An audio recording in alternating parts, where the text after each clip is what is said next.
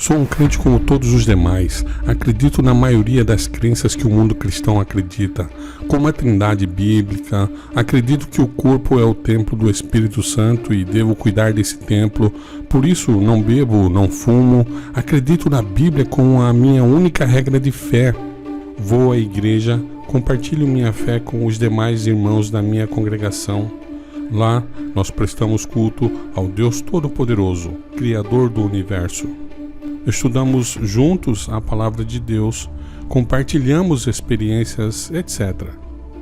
Sou uma pessoa comum, tenho meus defeitos, meus desafios, dificuldades, decepções, frustrações e alguns momentos de tristeza. Mas tenho também meus sonhos, meus anseios, sou alegre e sou muito feliz, porque pertenço à maravilhosa família do Senhor. Fui resgatado pelo precioso sangue do Filho de Deus. Como as demais pessoas, eu trabalho, tenho minhas atividades profissionais para garantir o meu sustento, estudo, vou à faculdade, faço cursos, tenho família, a qual é o meu porto seguro, meu ponto de segurança. Faço minhas atividades físicas, procuro sempre manter boa forma, porque o corpo, para ser saudável, necessita de atividades físicas, além de alimentação de qualidade, com muitos vegetais, legumes, frutas, verduras, cereais e castanhas. Enfim, sou uma pessoa normal, mas porque eu tenho algumas crenças diferentes dos demais cristãos, sou excluído e falam que eu pertenço a uma seita só porque eu creio que o Velho Testamento abolido não é um conjunto de livros que vai de Gênesis a Malaquias. As pessoas são induzidas a erro ao pensar que o Velho Testamento abolido é o conjunto de livros que vai de Gênesis a Malaquias. Essa parte da Bíblia, que nós chamamos de Velho Testamento, não foi abolida. O Velho Testamento que a Bíblia diz que foi abolido é a Velha Aliança, o Velho Pacto, o Antigo Concerto, qual seja, o sistema sacrificial do templo. Os rituais do santuário foram extintos. Aquele sistema todo é o Velho Testamento, o Velho Pacto.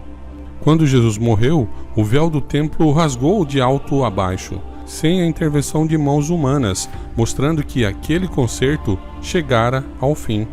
Mas vamos ler na Bíblia o que é a Antiga Aliança, qual é o Velho Testamento. E Moisés tomou o sangue e aspergiu sobre o povo, e disse: Eis aqui o sangue do pacto que o Senhor fez convosco a respeito de todas estas palavras. Êxodo 24, 8.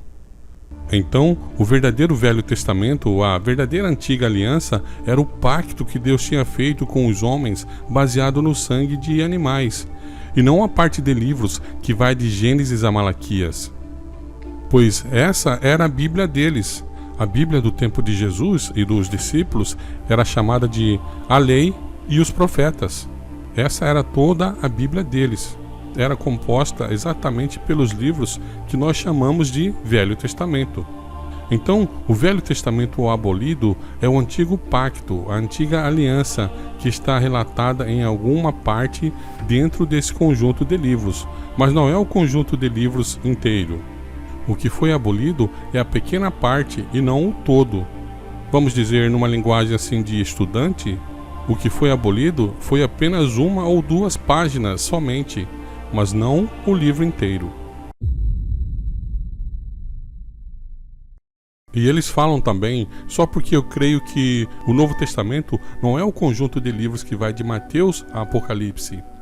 Por uma decisão, o conjunto de livros que vai de Mateus a Apocalipse é chamado de Novo Testamento. Isso é um fato.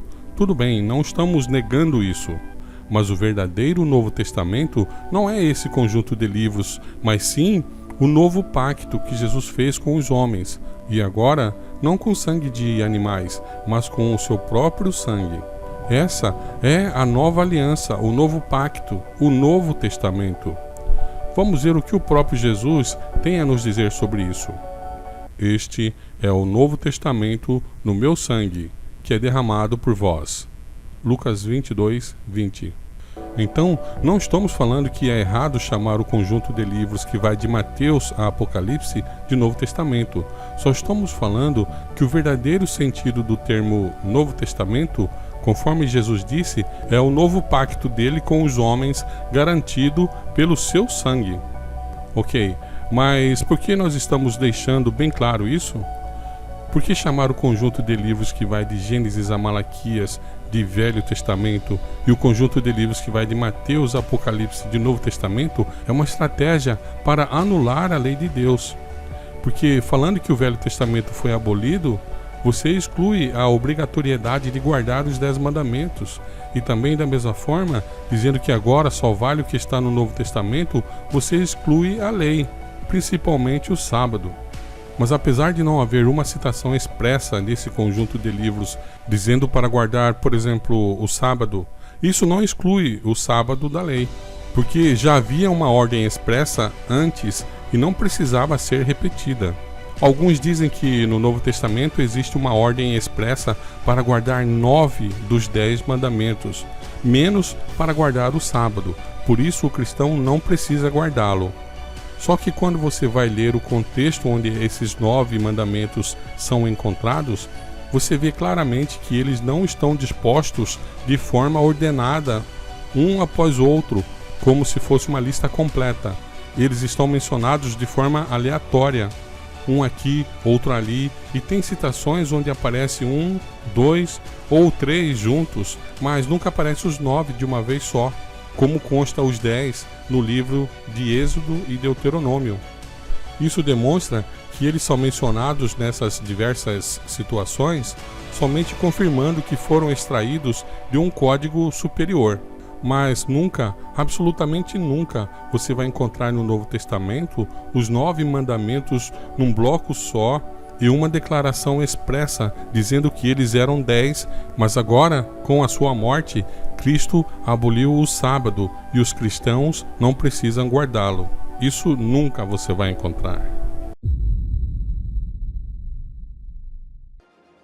Só porque acredito que a lei não era um bloco só. A Bíblia é um livro onde contém vários relatos, muitos registros históricos, etc. Mas além disso, havia os livros da lei, os códigos. Então, em algumas partes, ela contém registros do que havia nesses livros da lei. O que estamos dizendo é que, fora o fato de a Bíblia registrar os preceitos de Deus, os mandamentos e estatutos, havia também os próprios livros da lei, os próprios códigos da lei, dos quais ela relata. Por exemplo, em Êxodo 20, nós encontramos ali o relato dos 10 mandamentos. Mas, fora esse relato, os 10 mandamentos eram um código que existia à parte, separado da lei, separado da Torá. Eles foram escritos por Deus em tábuas de pedra e ficavam guardados num lugar especial. É por isso que ela menciona que havia as leis, os mandamentos, os juízos, o testemunho, os estatutos, as ordenanças, etc. E esses códigos ficavam guardados em lugares diferentes. Eles continham leis trabalhistas, leis comerciais, leis sanitárias, civis, processuais, penais, religiosas, etc. Por exemplo, os 10 mandamentos. Os 10 mandamentos foram escritos por Deus. A Bíblia diz que ele escreveu com o seu próprio dedo em tábuas de pedra. Esse código era chamado de testemunho. Nós o chamamos de 10 mandamentos, mas Deus os chama de testemunho. Ele ficava dentro da arca, no lugar santíssimo do santuário. Uma forma didática para ensinar que os homens são julgados por aquele código. Você pode conferir nos seguintes versos: Êxodo 25:16, Êxodo 25:21, Êxodo 31:18, Deuteronômio 10:4, Deuteronômio 10:5, Êxodo 40:20, Isaías 8:20, Apocalipse 11:19, Apocalipse 15:5, etc. Bem, agora vejamos o exemplo de outro código que havia, chamado juízos ou estatutos. Agora, estes são os juízos que colocarás diante deles.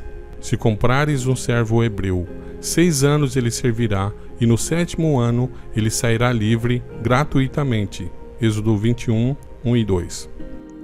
E aconteceu que, quando Moisés terminou de escrever as palavras desta lei, Em um livro, até finalizá-las, Moisés ordenou aos levitas que levavam a arca do pacto do Senhor, dizendo: Tomai este livro da lei e ponde-o ao lado da arca do pacto do Senhor, vosso Deus, para que ali esteja por testemunha contra ti. Deuteronômio 31, 24 a 26. Então, o testemunho, ou os 10 mandamentos, foram escritos por Deus, com o seu próprio dedo, em tábuas de pedra, e foi colocado dentro da arca. Já o livro da lei, que continha as ordenanças, os estatutos, os juízos, etc., foi escrito por Moisés, não em tábuas de pedra, mas em pergaminho, e foi colocado do lado de fora da arca. Bem, todo o país tem o seu conjunto de leis, normas, regras, etc., contidas em vários códigos, e a esse conjunto de códigos e leis que regem um país, nós damos o nome de ordenamento jurídico. Por exemplo, o Brasil tem a Constituição, os códigos civil, comercial, penal, tributário, processual, etc. Esse conjunto de leis e códigos nós chamamos de ordenamento jurídico. Em Israel também havia vários códigos, mas eles não chamavam esse conjunto de leis e códigos de ordenamento jurídico. Esse é um termo moderno. Eles chamavam esse conjunto de leis e códigos simplesmente de lei. Então, falar que a lei foi abolida e hoje não preciso guardar lei nenhuma é um erro, porque, como vimos, havia muitos códigos, várias leis, e algumas realmente foram cumpridas na cruz, como, por exemplo, as ordenanças do sacerdócio, a guarda dos sábados anuais, etc. E outras foram extintas ou não têm eficácia sobre nós, como, por exemplo, a transmissão da herança, os juízos que falavam sobre como você deveria tratar o seu empregado e tal. Essas leis não estão em vigência hoje para o cristão, mas o testemunho permanece. Inclusive, os que forem para o lago de fogo são exatamente os que quebrarem esses mandamentos. O testemunho, os 10 mandamentos, não salva. O objetivo dele não é salvar, mas apontar o erro, dizer a norma, o padrão de conduta que a pessoa deve ter. Quem salva é Jesus. Mas uma vez que ele nos salva, então ele diz: agora que eu te salvei, você vai e guarda meus mandamentos. Eu não te condeno.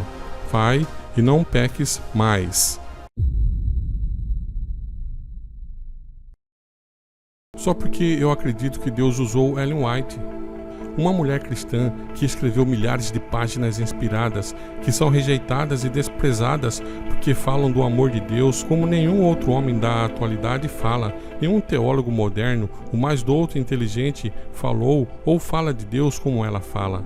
Seus ensinamentos conduzem o fiel leitor para a Bíblia. Só para você ter uma ideia do que nós estamos falando, quando médicos fumavam e receitavam tabaco para seus pacientes, ela já alertava que o tabaco é nocivo e leva à morte.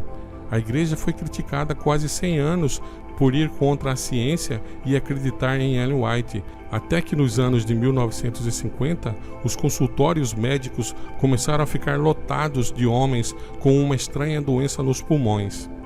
Foi então que descobriram, após pesquisas, que o tabaco provoca câncer. Hoje, muitos médicos, inclusive ateus, utilizam seus livros sobre saúde para curar pacientes. No cenário político mundial, suas previsões têm sido certeiras e é incrível como se deu alguns cumprimentos debaixo de nosso nariz, como, por exemplo, a implantação da Embaixada dos Estados Unidos no Vaticano, a criação de leis de descanso dominical espalhadas pelo mundo todo. Só porque acredito no juízo investigativo. O santuário terrestre é uma maquete do santuário celestial. Foi utilizado por Deus para mostrar ao homem como ele lida com o pecado. Então ali você tinha várias figuras envolvidas no processo de tratamento e erradicação do pecado. Havia ali o pecador, o originador do pecado, o salvador e o tratamento que se dava para o pecado. Tudo aquilo era para mostrar o que acontece no verdadeiro santuário lá no céu.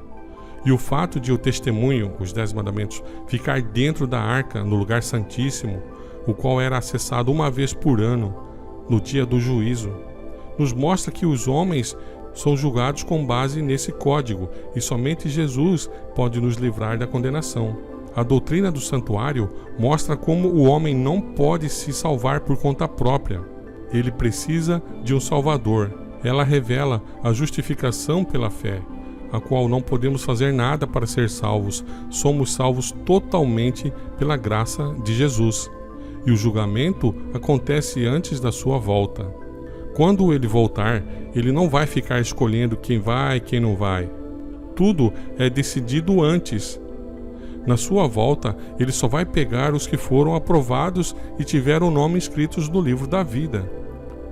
Agora, fala sério, se você fosse o inimigo de Deus e quisesse levar consigo o maior número de pessoas para o inferno, você ficaria calado ou lutaria com tudo para tentar destruir essa doutrina que ensina claramente o que você deve fazer para ser salvo? Só porque acredito que a graça sempre existiu desde Adão. Muitos cristãos acreditam que a graça passou a existir somente com a morte de Jesus, mas o que a Bíblia ensina é algo bem diferente disso. Lá está muito claro que ninguém será salvo sem Jesus. Ninguém será salvo porque guardou este ou aquele mandamento, ou porque sacrificou 1000 touros. Porque sangue de animal não tem poder para perdoar pecados. Ninguém vai entrar no céu por conta própria. Desde Adão até o último inscrito no livro da vida, todos seremos salvos pela graça do Senhor Jesus. Agora, só porque eu tenho essas crenças, eu não sou cristão?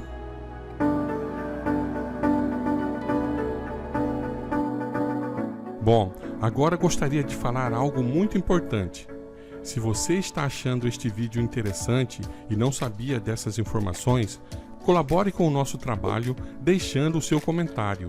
Isso é muitíssimo importante para nós. Se puder também, deixa o seu like. Se não for inscrito ainda, inscreva-se e acione o sininho para ser notificado dos próximos vídeos. E compartilhe.